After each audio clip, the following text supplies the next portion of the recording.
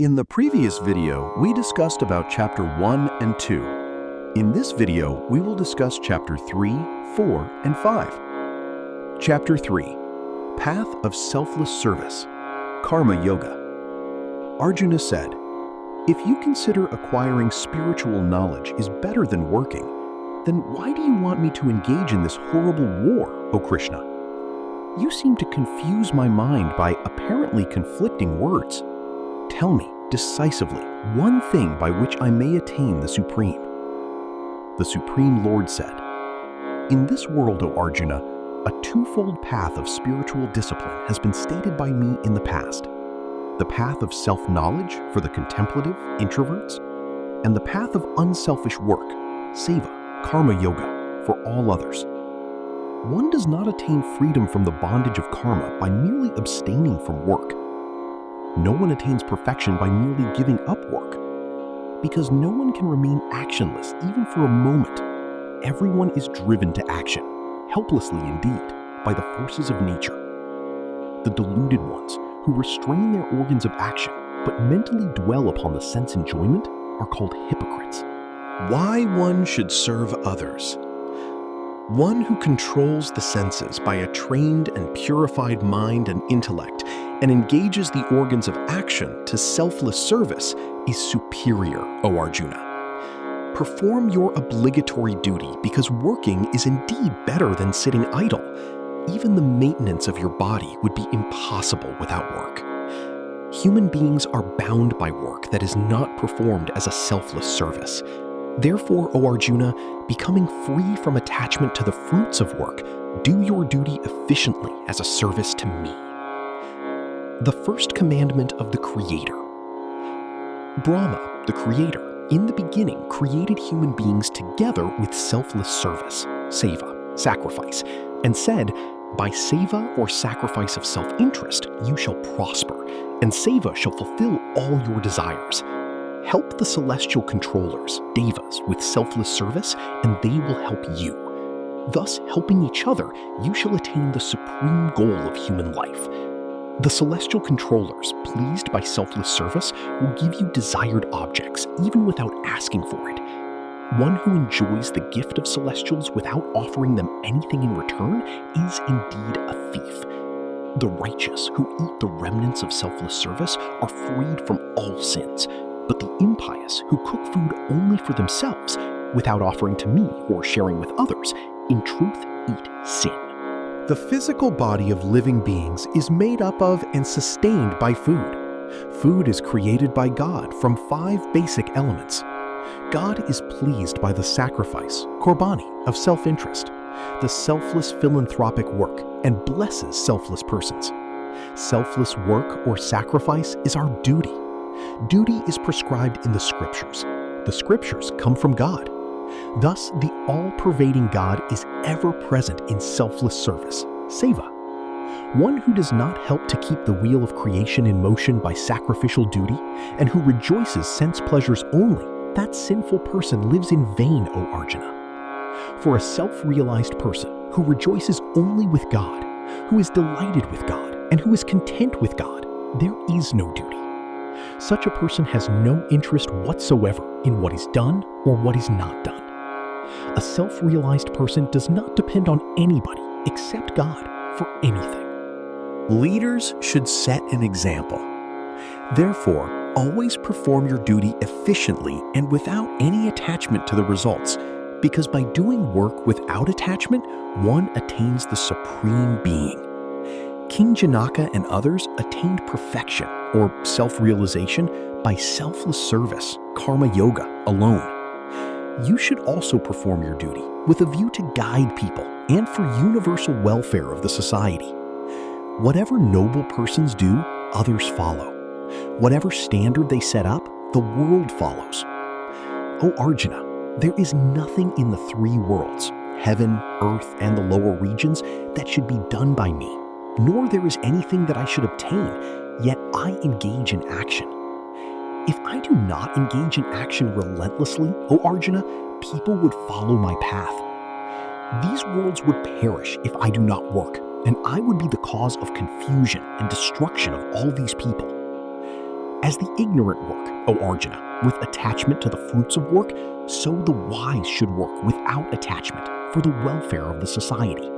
The wise should not unsettle the minds of the ignorant who are attached to the fruits of work, but should inspire others by performing all works efficiently without attachment to results. All works are the works of nature. All work is done by the energy and power of nature, but due to delusion of ignorance, people assume themselves to be the doer and thus incur sin or karmic bondage. One who knows the truth, O Arjuna, about the role of the forces of nature and work does not become attached to work, knowing very well that it's the forces of nature that work with their instruments, our organs. Those who are deluded by the elusive power, Maya, of nature, become attached to the work done by the forces of nature. The wise should not disturb the mind of the ignorant, whose knowledge is imperfect. Do your duty, dedicating all work to me in a spiritual frame of mind, free from desire, attachment, and mental grief. Those who always practice this teaching of mine with faith, sincerity, and free from complaint are freed from the bondage of karma. But those who carpet my teaching and do not practice it should be considered ignorant of all knowledge, senseless, and lost. All beings follow their nature. Even the wise act according to their own nature. What then is the value of sense restraint? Two stumbling blocks on the path. Likes and dislikes for sense objects remain in the senses. One should not come under the control of these two, because they are indeed two major stumbling blocks on one's path of self-realization. One's inferior natural work is better than superior unnatural work. Death in carrying out one's natural work is useful. Unnatural work produces too much stress. Lust is the origin of sin. Arjuna said, "O Krishna, what impels one to commit sin, as if unwillingly and forced against one's will?" The Supreme Lord said, "It is lust, or intense desire for material and sensual pleasures, born out of passion, that becomes anger when unfulfilled. Lust is insatiable and is a great devil. Know this as the enemy. As the fire is covered by smoke, as a mirror by dust, and as an embryo by the amnion, similarly, self-knowledge becomes obscured by lust. O Arjuna, self-knowledge becomes covered by this insatiable fire of lust, the eternal enemy of the wise. The senses, the mind, and the intellect are said to be the seat of lust. Lust, by controlling the senses, the mind, and the intellect, deludes a person by veiling self-knowledge. Therefore, O Arjuna, by controlling the senses first, kill this devil of material desire that destroys self-knowledge and self-realization. How to control lust? The senses are said to be superior to the body. The mind is superior to the senses. The intellect is superior to the mind. And spirit is superior to the intellect. Thus, knowing the spirit to be superior to the intellect and controlling the mind by the intellect that is purified by spiritual practices, one must kill this mighty enemy, lust, O Arjuna. Chapter 4. Path of Renunciation with Self-Knowledge. Karma Yoga is an ancient law. The Supreme Lord said, "I taught this Karma Yoga, the eternal science of selfless action, to King Vivasvan. Vivasvan taught it to Manu. Manu taught it to Ikshvakshu. Thus, handed down in succession, the saintly kings knew this. After a long time, the science of Karma Yoga was lost from this earth. Today, I have described the same ancient science to you, because you are my sincere devotee and friend. Karma Yoga is the supreme secret indeed." Arjuna said, "You were born later, but Vivasvan was born in ancient time.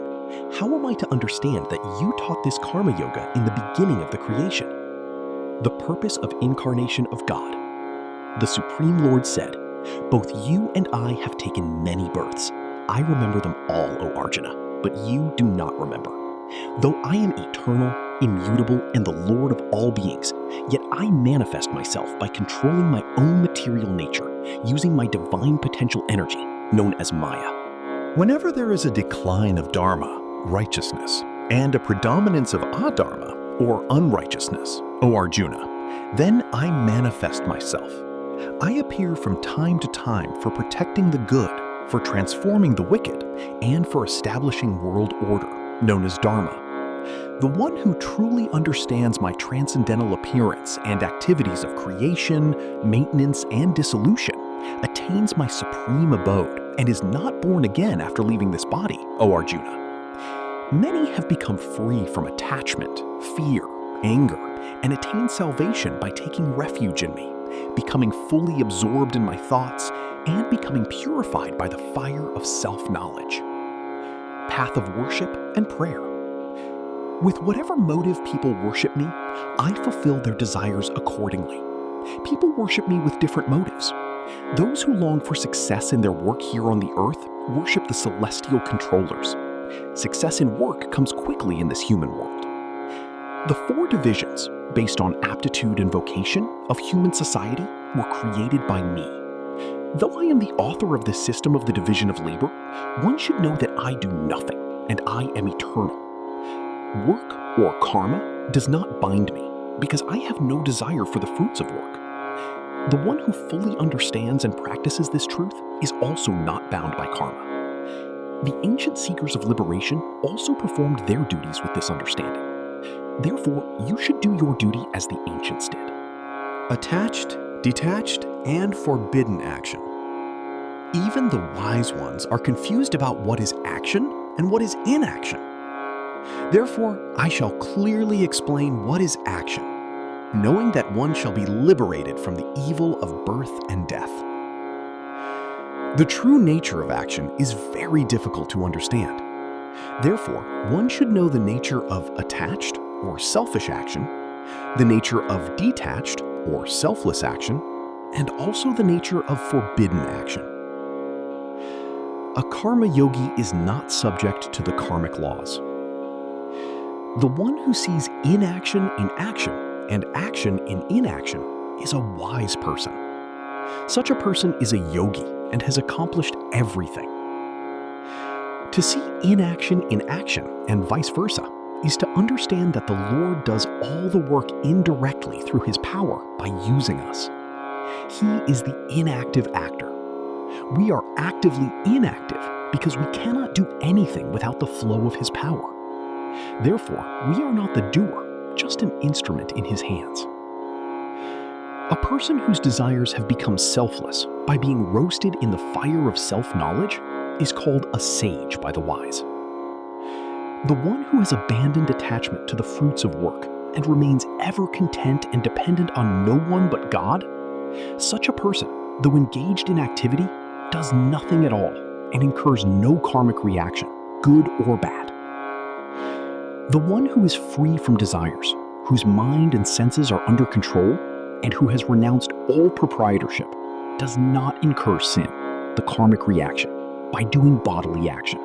Content with whatever gain comes naturally by his will, unaffected by pairs of opposites, free from envy, calm in success and failure, though engaged in work, such a karma yogi is not bound by karma. The one who is free from attachment, whose mind is fixed in self-knowledge, who does work as a service, seva, to the Lord, all karmic bonds of such a philanthropic person, karma yogi, dissolve away. God shall be realized by the one who considers everything as a manifestation or an act of God. Different types of spiritual practices. Some yogis perform the service of worship to celestial controllers, devas, guardian angels, while others study scriptures for self-knowledge. Some restrain their senses and give up their sensual pleasures. Others perform breathing and other yogic exercises. Some give charity and offer their wealth as a sacrifice. Those who are engaged in yogic practices reach the breathless state of trance, samadhi, by offering inhalation into exhalation and exhalation into inhalation as a sacrifice using yogic techniques. Others restrict their diet and offer their inhalations as sacrifice into their inhalations. All these people are the knowers of sacrifice and are purified by their sacrifice. Those who perform selfless service obtain the nectar of self-knowledge as a result of their sacrifice and attain the eternal being. O Arjuna, even this world is not a happy place for the non-sacrificer. How can the other world be? Many types of spiritual disciplines are described in the Vedas. Know them all to be born from karma or action of body, mind, and senses. Knowing this, you shall attain nirvana. A superior spiritual practice. The acquisition and propagation of self-knowledge are superior to any material gain or gift, O Arjuna, because all actions in their entirety culminate in knowledge. Acquire this spiritual knowledge from a self-realized guru by humble reverence, by sincere inquiry, and by service. The wise ones who have realized the truth will teach you. After knowing the truth, O Arjuna, you shall not again become deluded like this. By this knowledge, you shall behold the entire creation first within me, the Supreme Being, then within your own higher self, and then see me alone in everything. Even if one is the most sinful of all sinners, one shall yet cross over the ocean of sin by the raft of self-knowledge. As the blazing fire reduces wood to ashes, similarly, the fire of self-knowledge reduces all bonds of karma, or sin, to ashes, O Arjuna. Spiritual knowledge is revealed to a karma yogi. In truth, there is no purifier in this world like the true knowledge of the Supreme Being. One who becomes purified by karma yoga discovers this knowledge within, naturally, in due course of time. The one who has faith and is sincere in yogic practices and has control over the senses gains this spiritual knowledge. Having gained this knowledge, one at once attains supreme peace. The irrational, the faithless, and the atheist perish. There is neither this world nor the world beyond, nor happiness for the disbeliever. Knowledge, karma yoga, are needed for nirvana. Work, karma, does not bind a person who has renounced work by renouncing attachment to the fruits of work, and whose doubts about the self are completely destroyed by self-knowledge, O Arjuna. Therefore, cut the ignorance-born doubt about the Supreme Being abiding in your mind by the sword of self-knowledge. Resort to karma yoga and get up for the war, O Arjuna. Chapter 5. Path of Renunciation. Arjuna said, O Krishna, you praise spiritual knowledge and also performance of selfless service. Tell me, definitely, which one is the better of the two? The Supreme Lord said, the path of self-knowledge and the path of selfless service both lead to the supreme goal, but of the two, selfless service is superior to self-knowledge. A person should be considered a true samnyasi, renunciant, who neither likes nor dislikes. One is easily liberated from karmic bondage by becoming free from the pairs of opposites, O Arjuna. Both paths lead to the supreme. The ignorant, not the wise, consider the path of self-knowledge, or renunciation, and the path of selfless service, karma yoga, as different from each other.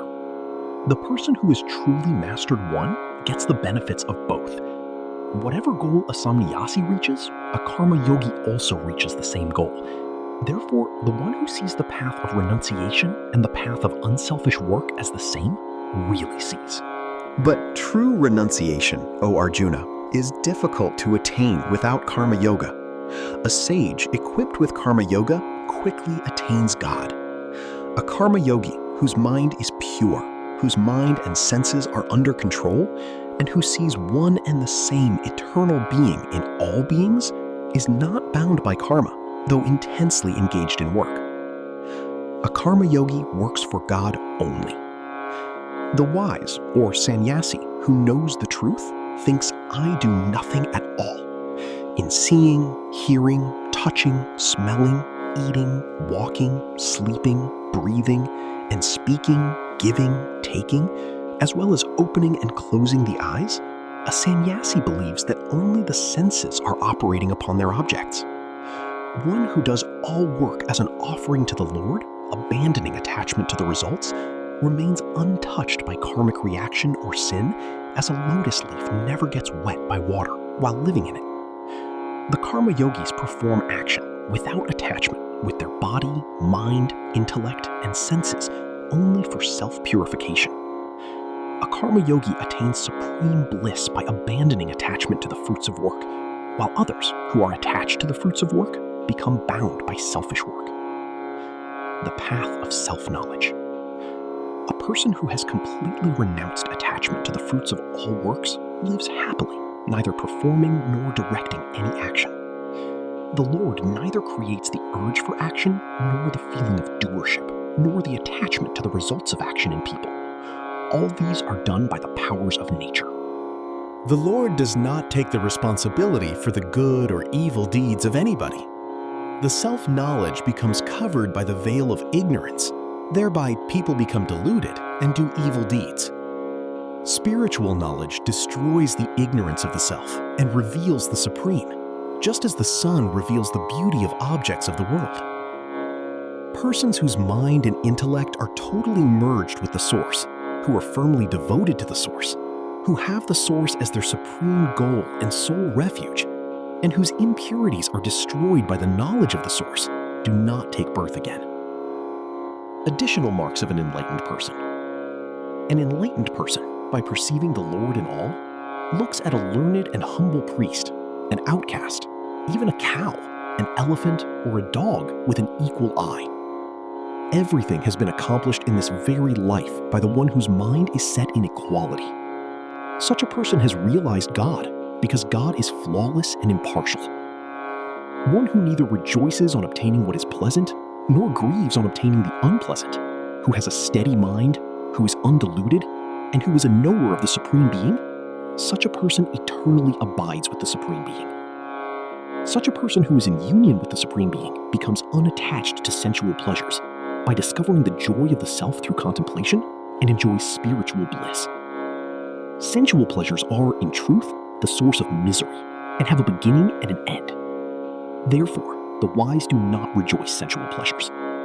One who is able to withstand the impulse of lust and anger before death is a yogi and a happy person. One who finds happiness with the eternal being, who rejoices eternal being within, and who is illuminated by self-knowledge, such a yogi attains nirvana and goes to eternal being. Seers whose sins or imperfections are destroyed, whose doubts have been dispelled by self-knowledge, whose minds are disciplined, and who are engaged in the welfare of all beings, attain the Supreme Being. They who are free from lust and anger, who have subdued the mind and senses, and who have known the self, easily attain nirvana. Path of meditation and contemplation. A sage is liberated by renouncing all material enjoyments, focusing the eyes and the mind between the eyebrows, equalizing the breath moving through the nostrils by using yogic techniques, keeping the senses, mind, and intellect under control, having salvation as the prime goal, and by becoming free from lust, anger, greed, and fear. My devotee attains peace by knowing me, the Supreme Being, as the enjoyer of sacrifices and austerities, as the great Lord of all the universe and the friend of all beings. Thank you for joining me on another step of this journey through the Bhagavad Gita. Every chapter brings us closer to understanding ourselves, our purpose, and the wisdom that Lord Krishna shared with Arjuna on the battlefield of Kurukshetra. These teachings are not meant to remain on the pages of a book. They are meant to be lived, reflected upon, and experienced in our daily lives. If you found this video valuable, consider subscribing to the channel and turning on notifications so you don't miss the next episode in this complete Bhagavad Gita series. If this lesson inspired you or gave you a new perspective, I'd love to hear your thoughts in the comments below. Your reflections may also help others on their own journey.